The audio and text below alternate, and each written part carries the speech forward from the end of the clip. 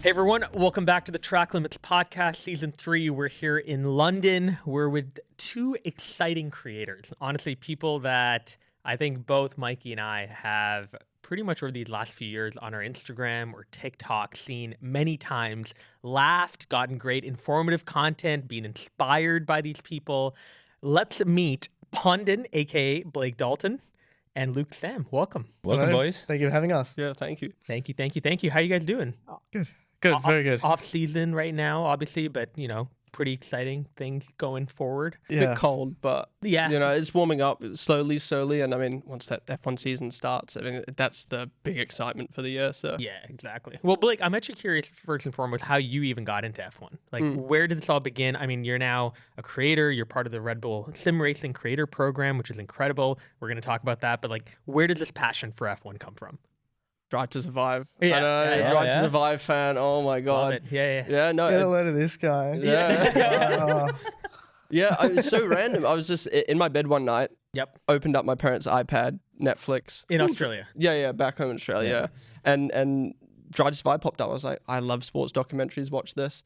And then one episode turned into 10. And then that was pretty much it. And from there, that's where the passion kind of came from. So you didn't watch F1 before the Drive to Survive? No, genuinely, like I loved Cars, the movie Cars. I love Cars, the movie Cars. Yeah. Liam Lawson could attest to that. He loves Cars. Yeah, but genuinely knew nothing about F1 other than Michael Schumacher, and that was probably it. Yeah. What sports did you like? Did you grow up following anything in Australia? So I grew up playing football, soccer.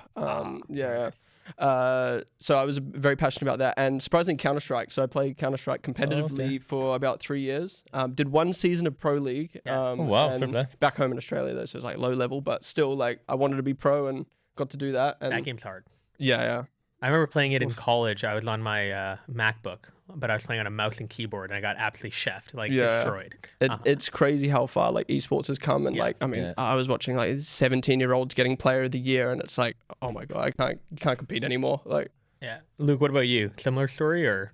Yeah. I say, come on, man, but yeah, similar story. Yeah. I think it was just a catalyst. Like it'd always been kind of like there, but not quite. And it was my cousins at one stage that was like, dude, you have to watch this.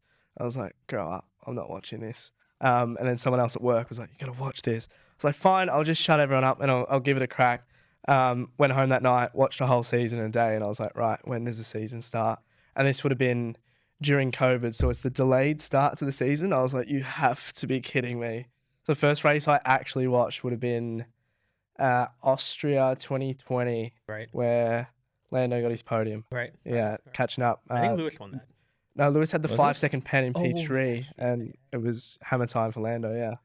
Hammer time for Lando. Hammer time for Lando. Yeah. Unbelievable. But wasn't it crazy how like the Drive to Survive came out just around COVID time as well? Everyone was looking for shows to watch. It was the perfect time to launch that show. But it did great for the sport because there's so many new fans into it. Yeah. Regardless of whether you're an old school fan or new school fan, it's good for the sport. So it's nice to see. And what I find exciting about you both is like you guys pretty much sent it. What I mean by that is like you both lived in Australia, and then like did you guys both move to the UK to be creators like full time? Did you do that around the same time? Yeah, basically. Yeah. It was so random because like I've always wanted to move, but I always saw myself living in LA. But I mean that opinion's kind of changed now. But like the UK roots, and then we were having a random conversation like the first time we met. And he was like, "Oh, I might move to the UK," and I was like, "Oh, well, let me know. Keep me updated." And then one day I woke up and I was like, I'm moving. And he was like, yes. And Luke was like, oh, I'm literally just started talking to Hannah, the housemate, about moving. And then literally July, September, all of a sudden we got a place and then we moved. So and it happened quickly then, I'm guessing. Yeah, it happened quickly. It was kind of like a passing comment from Hannah. I was on a call with her one day and she was just like, why don't you move to London? I was like, terrible good impersonation. You gotta love the small conversations just escalate. Yeah. I was like, good one. And then the next couple of days, I was like, why don't I? I was trying to find, like, actually answer that passing comment. I was like, screw it. Why not move? And asked around for a bit, kind of planting some seeds here and there. Yeah. Blake got sucked in. Yeah. And then, before we knew it, it was the end of 23. I was packing all my shit into boxes and flying to London. And we actually didn't have a house when I took off. We didn't have a place. Oh, wow. Yeah, so I left. I bought the airplane Wi-Fi, like, Hannah, please tell me we have a house. 2 hours before I land, no joke, she's like, I just picked up the keys. We're going to have a house. So Okay, lads, there's last minute planning, and there's like on the flight booking your accommodation last minute. It's not like we had 12 months to plan this or whatever. And like, what about? I'm curious. Did you go to college? Were you guys thinking of another career path outside of it? Like, was there kind of a risk factor around this decision? For me, big risk factor. It was kind of, do I make a plan B or do I go all out on plan A? And if all else fails, then work out where I put my energy and what happens next. So yeah, I just went balls deep into it and was like, look, there's no plan B. This is what I want to do and this is what I'm going to make happen. Yeah. It's kind of good sometimes like that when you go all in, because if you have a plan B, you won't fully invest into it. Exactly right.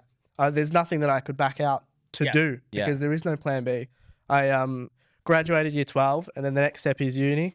My parents were big on like, go to uni, get a degree, go Dr. Lloyd dentist. Not quite Dr. Lloyd dentist, but not that way. Like maybe you can rock the mullet in the dentist office. I also love that you guys get the doctor, lawyer, dentist. Because like I grew up in like an immigrant family, like an Indian family, where it's like doctor, lawyer, engineer. There's like not even dentist in there because you just assume the dentist is part of the doctor part. You know, like it's not fake doctor. You got like doctor, lawyer, dentist. That's cool. Yeah, I went to uni. I did them proud for 3 days. The best 3 days of my life. I was going to say, you went to uni? Yeah. I went... Did 3 days? Yeah. I went for my first day, found the class, hated it, drove home. What were you studying? What was the class? I was in sport and exercise science. I wanted to be a physio. Oh, okay. I didn't even know that. You don't talk We're all learning, boys. We're all learning. It's a 3-day chapter of my life. Yeah. Well, I went day 2, couldn't find the class, rocked up halfway through, walked in, and everyone's just eyeballs to the door. Hi, everyone. Sorry I'm late. And then day 3, couldn't even find the class. I just got in my car, went home, and unenrolled. Wow. I was like, I'm not going to uni anymore. Why was there such a difficulty finding the class? I don't know, man. I don't do well with that stuff. Right. I'm geographically not very great. Oh, London's perfect for you then. Oh, no. Not a big city at all. And the whole university website did my head in. I was like, right, if I can't navigate the website, I'm not going to navigate the course. Right. So it's off the cards. Blake, what about you? I dropped out of high school actually. So I've always just been like a gamer kid. I hated school. Just again, Counter-Strike is all I could think about. I hated it and I wanted to drop out, but my parents were like, well, you don't know what you want to do. And I started to I've always loved making like YouTube videos as a kid. And then, I started to watch more TV shows and I was like, okay, let's get into doing media. So I started to study, an external course outside of high school. So then that's when I dropped out. And then we moved, and I did my diploma in screen and media. Wow. And that's when COVID hit. So I was really raring to do like live broadcasts, like the production behind stuff. Always loved that stuff. Like the way they just put hundreds of cameras and, sync it all up. I love that so much. So if I wasn't doing content, that's what I'd be doing. Pretty much COVID hit. I said to my parents, like, well, no live events are happening. So can I do content for a year? And that's when Formula 1 exploded, and it's kind of 1 year's turned into 2 years. It just kept going and going. So yeah. And then going back to the UK, what are the perks of being here? Like, because I know there are a bunch of content creators probably back in Australia that might look at you guys and be like, do I need to move? Or like, should I stay? What are the pros and cons really? Well, staying back home, the perk is there's less competition. Right. Like the amount of times a sponsor came to me and was like, oh, I couldn't find anyone. You're the Australian. Yeah. Like, genuinely. So right. Yeah. But the negative with that is it's so spread out. Like I'm from Gold Coast, so that's up north, east, and he's from Melbourne, and they got people in Perth, Adelaide, everywhere. I mean, Ethan's from Adelaide, and all of us live 3 hours apart basically from each other, and it's just crazy. So even for events, we never meet up. We only meet up for the Oz GP.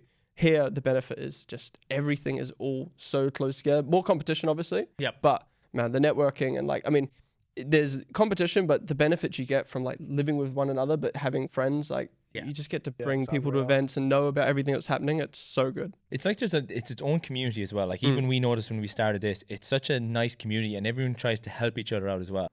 Quick pause before we get back into this episode because I still can't believe we're already a month into 2026. I started this year wanting to eat better, stay consistent with protein, but busy days add up fast. There's there are mornings when I realize I've had coffee and nothing else, and that's where Huel has been really helpful for us. On rush days, I grab the Black Edition ready to drink. It's a complete meal you can literally take with you. Each bottle has 35 grams of protein, 27 essential vitamins and minerals, is gluten-free, has no artificial sweeteners, colors, or flavors, and is under $5 per meal.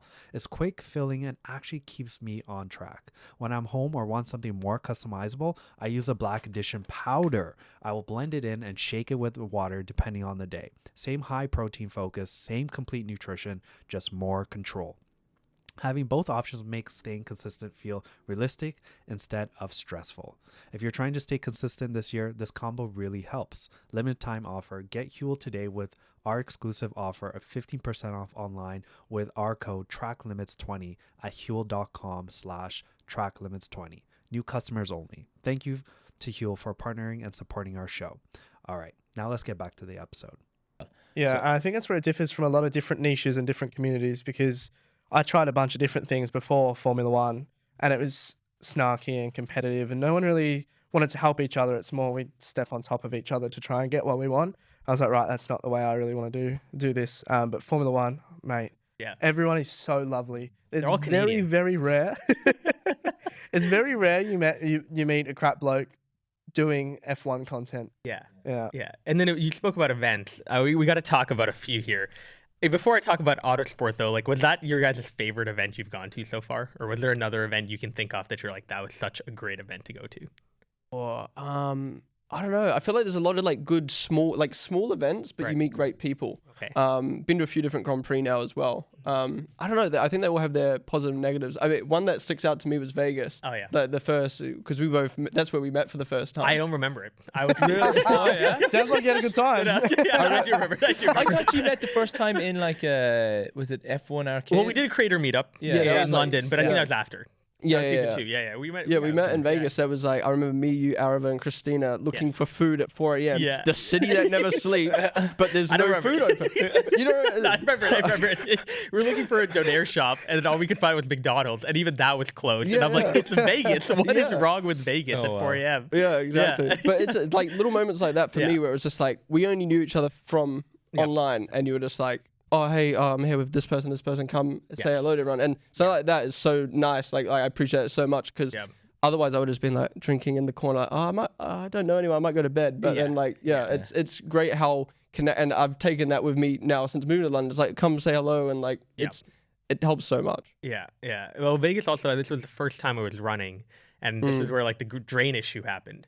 Oh my Lord! And just, like FP2 was delayed. Everyone, like, I think people, if you actually wanted to watch it, you'd go and probably go to bed at 6 a.m. or 6:30, which was normal, I guess, because everyone literally from the racetrack would go and either party or go to the tables to gamble. Like, crazy weekend. But, So was that your favorite? Was that your favorite Grand Prix? The Vegas one? No, I think no bias. Australia is my favorite. That racetrack, Australia is such a good racetrack as well. It's for I me. like the new version, but sorry, we'll talk about that. Sorry, I was just gonna say, for me, a Grand Prix is the experience. Like race, obviously Silverstone. Oh my God, beautiful. But Silverstone's bottom of my list for Grand Prix to go to. Oh, hot take, but I think for me, it's the experience and like a city, and that's why I love Vegas as well. Yeah. It's getting to and from the track. It's the experience The about atmosphere, it. the vibe. So yeah, We're kind of lucky then because Montreal, it's in the city as well, and it's a good city. Like there's a nice vibe to it. That's why you always hear like Spa, like no one really likes it because there's no infrastructure there. But the race weekend, the racing is amazing to watch. I've heard getting out of Silverstone is hell. Like, it takes forever. I think we left our apartment at God, it was 5 a.m. Yeah. and we He's arrived at the traumatized track already. at 10. I'm trying to 5 a.m. you left, Yeah. and you arrived at the track at 10 a.m. Yeah, Yeah, that's wild. so it was 5 hours, just like it's tube. basically the same getting home. Yeah. Yeah, it's about 5 hours home. Yeah, because the system, I love Silverstone. Yeah. Right? Yeah. Great racetrack. Y'all are terrified. Don't worry. I just want to You're put not that out getting there canceled, first. He's like, I want to go this year. Yeah, I want to go this year. However, going home as a fan, Right. biggest mission ever. There's just like a depot of buses, and everyone wants is it Milton Keynes bus or whatever. So that line is like 3 hours long. So we're like, right, we're gonna cheat the system a bit. We're gonna take a bus to Northampton, So we're going to go backwards one step, get on the train and go through Milton Keynes.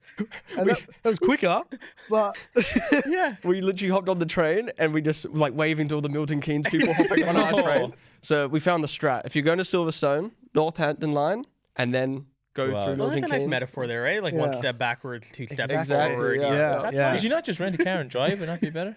No. I thought about it. Parking is like £80 and then it's ridiculous, yeah. And then what's your favorite event, Luke? I think everything, it's so hard because everything's so relative. Because the first time in Australia, the coolest event is like Red Bull after party. There's a V8 supercar driver and it's like, we were all having so much fun. It's like, this is sick. Right. And then you land in London. We went to a Sky Sports event and I was like, Ted Kravitz, oh my God. And then that's the coolest event. But then Autosport, there was one point I was brushing shoulders with Zach Brown. I didn't know it was him. He was behind me. And I was like, who is this guy? And the person I was speaking to is like, that's Zach Brown. And I was like, I'm so sorry. So I took one step to the left, was rubbing shoulders with someone like, right, this isn't a big enough room. It's Christian Horner. But that's class that you get those opportunities. That's like once in a lifetime to be there. Yeah, yeah. It's an extreme privilege, I think, just to be stuck in a room, or they're stuck in a room with us where they're so lucky. Like they're so lucky. What was the best conversation you had? Any like random moments? I had a conversation with one. The suspense is one killing us over here. I don't. To this day, I still don't know what she does. Right. But there's you know the story. There's an award.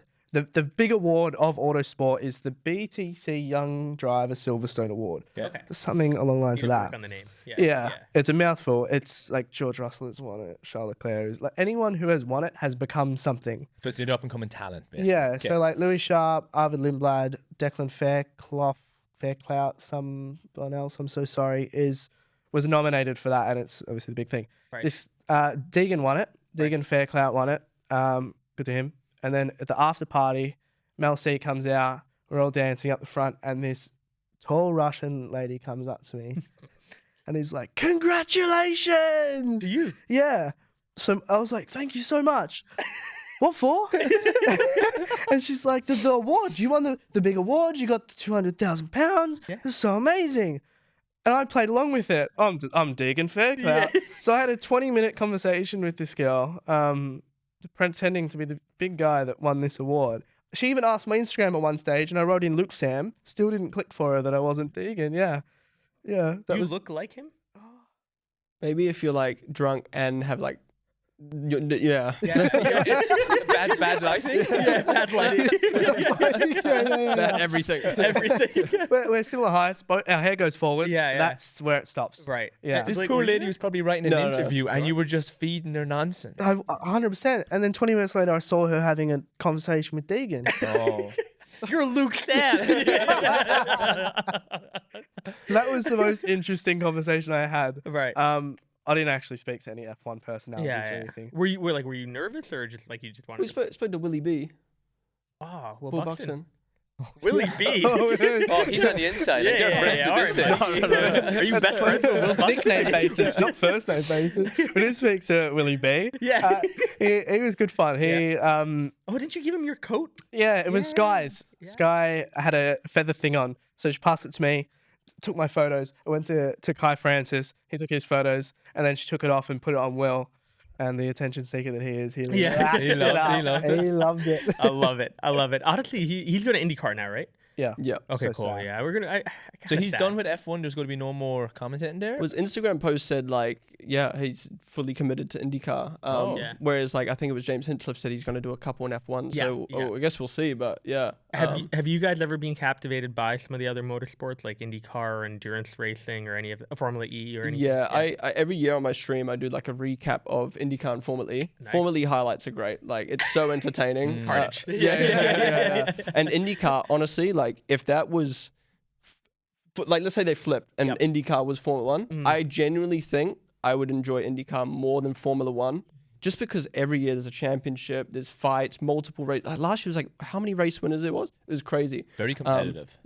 But Formula 1 just is obviously better in the sense of like the stories and the driving. It's just the pinnacle. Yeah. But yeah, it's just the time zones, which is unfortunate. But yeah, I love IndyCar. Right. Yeah. And Luke, I don't know the first thing about them, but I enjoy watching them. I'd love to get to know them more, and I should put more time towards it. Yeah. But like we watched the Indy 500 last year, and it was our neighbours complaining that we were too loud. I think it was like 4. Was that the early one? Yeah. Or something ridiculous like that. Yeah. It's good fun to watch when I do watch it. I think my main issue is I don't know when it's on, so I don't know when to go out of my way to watch it, kind of thing. Right. If that makes sense. It's hilarious when people in the UK talk about the time zones affecting them. And we're like in Canada, like, come on, guys. Like From Australia, I think we're allowed to complain about time zones. Let's put that out there. Your race, by the way, is unbelievable timing for us because it's like typically at what, 1 a.m., 2 a.m. It's 1, 2 a.m. And the Bears, if you get a Bear that will play it, they'll extend their license. Yes. So I think was it 2 years ago, we went out. We went for a meal, had a few drinks, then we came back to my house. Oh, yeah. I remember at 4 a.m. You had a Irish bottle of champagne in my house, and he came out and be like, "Can I pop it and spray it?" I was like, "Put that down and get out of here." Go home. Yeah, I was like, "Calm down." It was unbelievable. It's such a fun atmosphere and fun race. But I agree. Yeah. Like Australian Grand Prix always is entertaining. It's always entertaining, which is great. Yeah. Have you guys gone to it? Not yet. If you ever get the chance, please do yourself a favor. It is like Blake was saying at the start, that the whole thing from Southern Cross Station, which is the big train station there, F1 decked out everywhere. There's a merch stand. You get on a tram that is decked out in an F1 decal to the track, surrounded by F1 fans. The experience is immaculate. Wow. Yeah. Right. US F1 fans are very good as well. Yeah. Like they're good sport. Like And now you guys have, you have Oscar, obviously, who, when I was watching cricket, randomly showed up. Actually, I remember that. He was right in front of me. You were in that test match. Yeah. I look up, I'm like, what the hell? My friends are like, dude, you're bringing F1 everywhere you go. You're like, can't get away from this. He knows. Like, it was like watching, I don't know if you guys watch, like, American football, but, like, Timothy Chalamet had a moment where he was on, like, Henny, he's in the back there, but he watched college football, and Timothy Chalamet was, like, applauded because his football knowledge was unbelievable. Same thing with Oscar Piastri. He loves his cricket. Unbelievable. He was with Ricky Ponting, just like talking about how batsmen He could be a cricket pundit. I'm like, that's unbelievable. But no, we have Oscar now, and then we have Jack Doohan. And I'm curious, like, are you guys supportive of both, or are you guys amped about having 2 Australians now on the grid? Yeah, I feel like you're always naturally more drawn towards your drive. I mean, how do you guys, like, how you would Love like... Lance Stroll. Yeah, of course. Why wouldn't I? Oh, yeah, me too. Come on. I'm Irish. I got nobody right now. There's a couple of youngins coming up to the F2. You're naturally more drawn towards it, but I think, I don't know, I feel like you're more naturally drawn towards personality a lot. I don't know why that is. I think because Formula 1's so individual. But yeah, I think Oscar Piastri might not be someone I'd naturally draw towards, but because of the country and now obviously in a top team, you just I don't know, you just find yourself naturally rooting for him. Yeah, I think it is very result dependent as well. Because as much as I love Daniel Ricciardo, when he wasn't getting the results, you tend to lose the interest. Yeah. And I feel like that with everyone. When McLaren wasn't great, people stopped talking about Lando, and Lando goes down in their rankings. But then when he's fighting for a championship. Like 3 races. Fighting. It comes up in everyone's rankings. Right. But to answer your question, I'm wearing an Oscar shirt right now. Oh. He's my guy. I love that. And what are your expectations for this, coming season? Like, talk about drivers and constructors. Like, I'm curious if you guys have different takes actually on that. Yeah, I mean, this season it's very hyped. Like I'm high expectations. I mean, thankfully, I think we're both we've had the bad seasons. We know that can happen. Yeah. So if it happens, we'll just enjoy it for what it is. Like last season started off with Red Bull, yeah, and everyone started to fall asleep and tune out. Yeah. But look how much it picked up. So it I'm just hoping. insane. Yeah, I hope people just keep that in mind. Crazy. Whether it's Ferrari, McLaren, or Red Bull at the start of the season, just keep that in mind because everything will change. By the end of the season, you can have Aston Martin winning. But yeah. Whoa. Let's not get too carried away here. But yeah, no, I'm very excited. I think there's so many storylines. I love storylines. Like you got, my favorite driver is Liam. So now he's at my favorite team alongside my other favorite driver. It's just perfect. And then you got Ferrari. I mean, Lewis and Leclerc. It's then we were speaking about how I like Liam. He likes Piastri. There should be some nice moments on track between them two as well. So I wouldn't say nice, but there'll be moments. There'll be moments. There was one moment last year where Oscar spun out Liam towards the end of the year. And I'm downstairs like, he's going to come and hit me. Something's going to happen. I love the way Liam Lawson, like, he's not scared to put his elbows out because we lost Magnussen this year. And the one thing everyone loved about Magnussen didn't care if he was in 19. He was going to fight elbows out. And Lawson proves that as well. So it'll be interesting to see the dynamics this year because you got Lawson coming in. You've got Isaac. Yeah, Gabriel Bortatello. Well, that's the thing. I mean, people were like, what's going to be the most exciting race? And someone told me, they're like, actually, it's going to be Monaco. You got like basically 6 rookies and a bunch of veterans. Like, carnage is likely going to happen. Just add a little dash of rain as well. But I'm like, imagine the rookies make it through and the veterans start acting bad. Like, they're the ones that are spinning out and crashing. That would be hilarious. But wait, so you didn't answer the question, though. Who do you think is going to win? The championship? Drivers and constructors. I think Max is still favorite, and no bias. I just think he's proven that last year wasn't the best car, still won. And I think once again, like even without the best car, he should still be favorite until proven otherwise. But constructors, I think it will be Ferrari. Wow. Ooh. Why Ferrari? I think they showed good form last year, consistency. They've fixed their issues. I do think Lewis will take a bit of time to get up to speed, unlike Sainz, but I think McLaren won't be as strong as they were last season. So I think Ferrari will keep that consistency, but on a high level. Yeah. Do you disagree? Agree? I really want to disagree with the drivers, but I can't. It's literally until proven otherwise, Max is going to win the championship. And I feel like I don't think he'll have the car. I don't think he'll have the car. I think the first 5 races of 2024, he had the best car on the grid. Like it was only in kind of not the middle, but like kind of the latter part of the first half where he was starting to not have the best car. But like those 5 races where he won gave him a huge gap initially. But then for me, it's when you look at the points difference between, I think it was Imola and the end of the season. Right. Lando and Max's gap was the same. So it kind of proved like. But Charles Charles had the most points. So it's. You can never rule him out. You can just never rule him out. You could give him a wheelbarrow and he's still going to be like in contention. But we were having a discussion today. You think Ferrari are going to trump McLaren. Yes. I think McLaren, because the two drivers are a little bit more cemented in, I think McLaren have a better stepping stone. Love Lewis, big fan, but like he's still coming into a new team. I'm curious the dynamic between him and Charles Leclerc, because Charles Leclerc has been the number one. Like he's been groomed for that. He's the baby. He is the baby. Yeah. You see his new logo? He's even made it L1 just to prove that he's number one. Oh yeah, he changed his logo on his cap. It's L1. What does L stand for? Leclerc 1. Oh fuck. Yeah. No, it's like I'm Lewis's number 1 fan.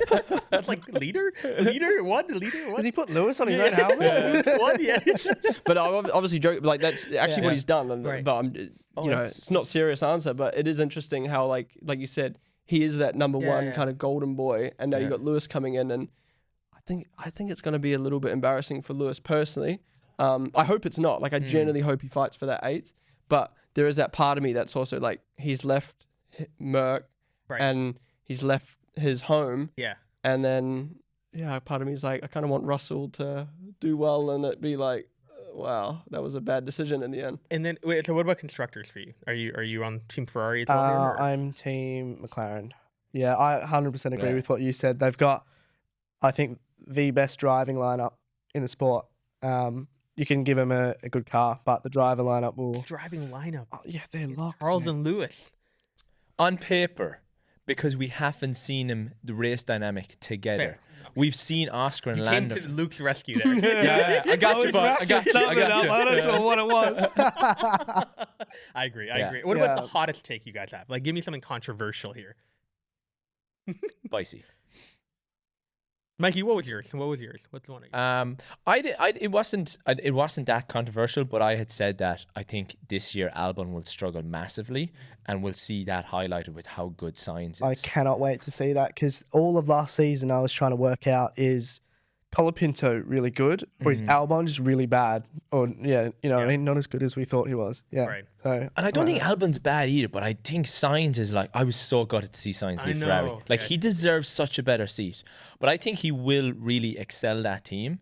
But yeah, I think that was my kind of hot take, was like, that'll be a weird one. I'm just hoping he doesn't like, like when some people come in and like they take a team from like wherever they are to like a little bit better to the point where they're finally competitive, but then they're a little bit too old or they're a little bit outside their prime and they have to leave. I would hate to see that happen with Carlos, where like he spends 2-3 years working on like Williams, bringing them up to the front, and then they put him out for someone young or new or whatever. Like, because I agree with you, he's in the prime of his career right now. Yeah, and like I would have loved to see him in like Red Bull or see him in. I just think when it signs his day, it's his day, and he's going to go get the chockies, and there's nothing that can stand in between him and getting the win. But he just doesn't have those days enough to be consistent enough to win. Yeah, to win the championship. Blake, I think you have something cooking there. I don't know. Yeah. I feel like I always have hot takes, but then I don't know. I think it is the Lewis one. Honestly, I generally think that will be. I think there's too much hype around him. Wow. And I don't think there's enough form there. Again, love Lewis, and I wanted to do well. Don't even preface this. He's doing the disclaimer. He's PR trained. He's good. He's good. We're putting the headline, Lewis is overrated. That's Ponden. That's the thumbnail for the video. Yeah, I don't know. I think I'm just a realist, and I just think Leclerc qualifying, I think it will be like 19.5 Lewis in qualifying. I hope I'm proved wrong, but wow.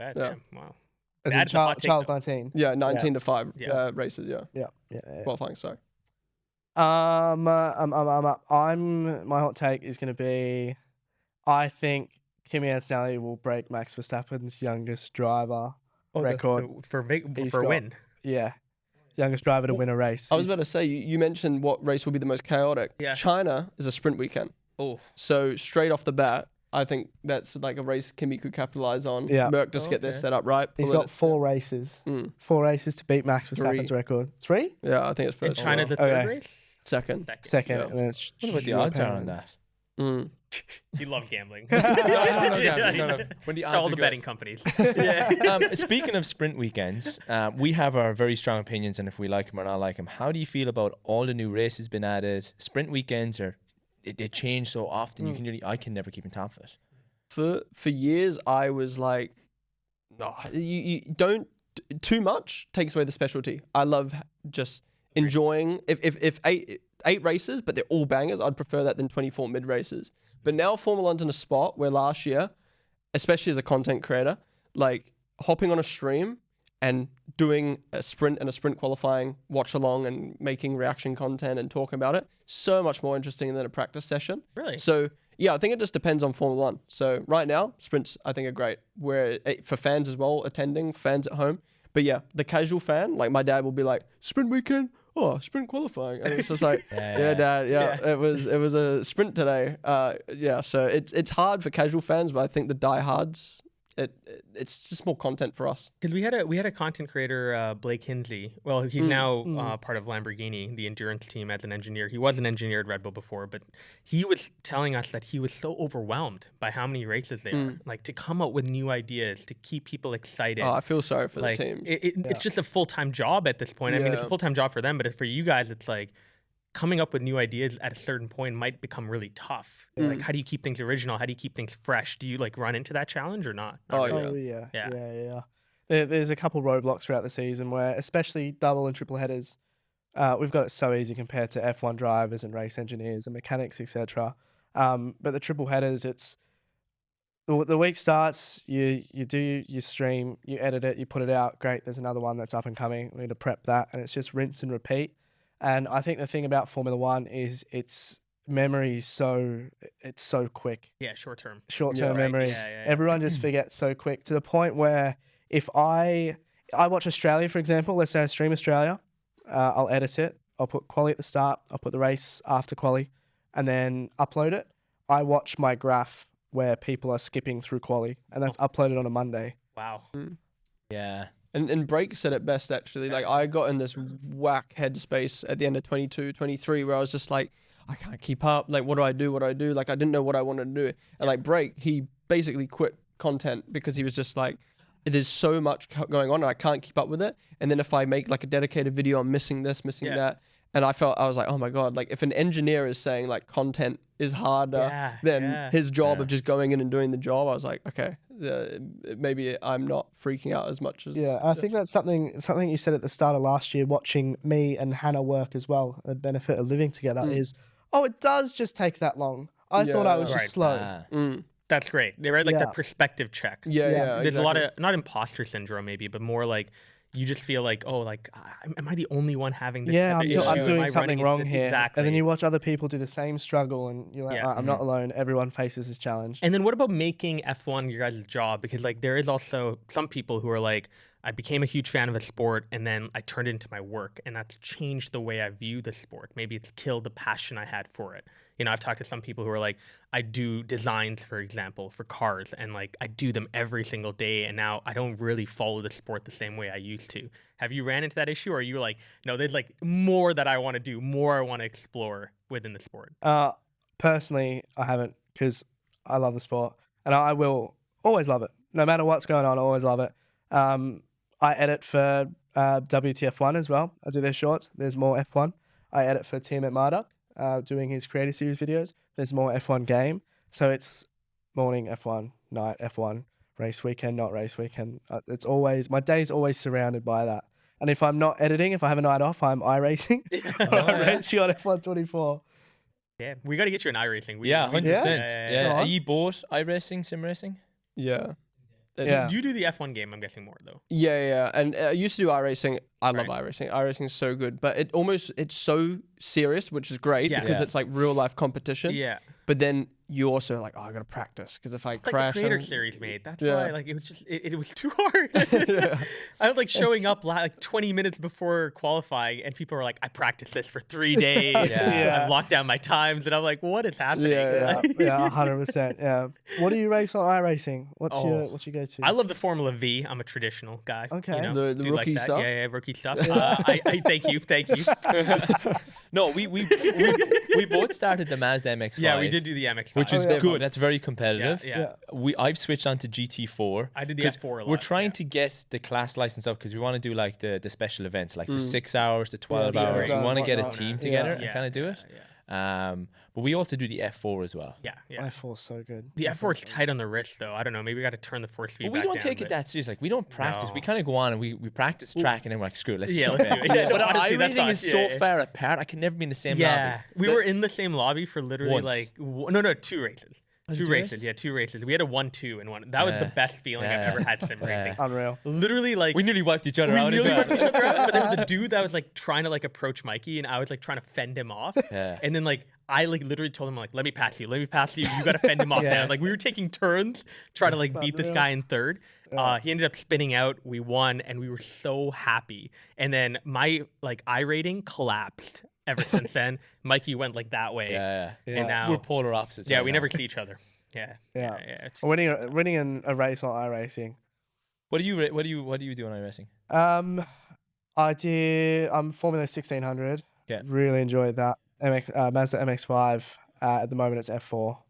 Yeah, F4 and the butt kicker series never did that one, but I know the one you're talking about. Yeah, that car just sounds sick. So this is my new favorite. Hi. What are you? I haven't done it in a while, but Friday GT3, like, you know how you mentioned, like, you just like to hop on? Yeah. Friday GT3, I feel like such a good chaotic series because everyone's kind of like your level. Yeah. And it's fixed setup. Yeah. But the car's so nice. The tracks are nice. Yeah. It's just really easy to just hop on and race. Yeah. And love that. Okay, we got 2 new recruits for our 6-hour endurance there team. We go. Let's go. I actually won. I did one endurance with my friend. The Watkins Glen 6 hour, we won it. So I'm 100%. It was just you and your friend. That's it. Yeah. Well, it was a 6 hour. So. Oh, okay. Yeah. Still 3 hours. Still a long time. Yeah. Were you like sweating? Like, was there a pool of sweat? Kind of. Yeah. It was like. Were you mopping? It's way too graphic. Just have a fan blast. Yeah, Blake did a marathon stream. This stream doesn't end until I win a race on F1 24. I was like, do I bring you meals? Like, what's the play? If it goes for long enough, I'll sub in. I'll try and get that dub. So last questions I want to ask you. So you know, for Pond and for you, Red Bull Sim Racing creator team. Mm-hmm. Tell me about that opportunity, how it came, and what you're excited about for 2025 with that. It was really random. I've always been someone like the 1% chance. Like if you don't try, if you don't shoot your shot, you're never gonna get it. So when I first came into content, I saw Thom. He joined Alpine, and he was kind of one of the only creators kind of in a F1 team. And then F1 LE joined Red Bull Sim Racing. And I was like, well, I just started cold emailing a few different teams, and I got a reply back from Red Bull, and they were like, oh, we'll stay in touch. And then that kind of led on to a conversation, and then and then I joined the team. It was a very long period, but you keep following up. You feel like you're hassling, but and then eventually the opportunity came, and I joined in October 2022. So it's been a few years now. It's I've always loved Red Bull as a brand, so it's always been like my dream to work with them. Now obviously favorite drivers at the team. It's just worked out perfectly. From a sim racing standpoint, like I've always wanted to bridge that gap between the game and real life Formula One, because for me, what actually fueled my passion to get into Formula One was playing the F1 game with friends. Otherwise, I would have probably just like, whatever, I'll just watch on the TV. But then you get invested, league race, stuff like that. So sim racing, I think Formula One genuinely underestimate how powerful the game is at building audience. And I think coming back to the COVID conversation, if it wasn't for the drivers playing at home and doing their whole Twitch streams, I don't think it would have grown as... Like, people wouldn't have loved Charles and loved Lando and those drivers as much as they did if it wasn't for seeing their personalities online during that period. So, very well said. And then, Luke, what about you? What are you excited for 2025? Give me like something. What am I excited for? I am excited to see how F1 75 goes. Very excited. Not because it's going to be this amazing event that works exactly how everyone wants, just because it's something new. And I'm so excited to see how it goes. And I think F1 need to try things, because for the longest time, they were up until sprint races, they're not trying anything new. And then they decided to try something, the sprint races. Personally, I love sprint races. So I was like, great, they've tried something and it's worked. Now they're trying F1 75. Cool. They're trying something. Let's see if it works. Let's see the feedback. Let's see how everyone feels about it. So this episode's probably going to come out after, so we're going to put some screenshots like here of Luke smiling and giving a thumbs up and wearing some Track Limits merch, ideally. No, I'm kidding. Thank you guys so much for coming on, guys. Please check out Ponden, Luke, Sam. We'll throw their socials below.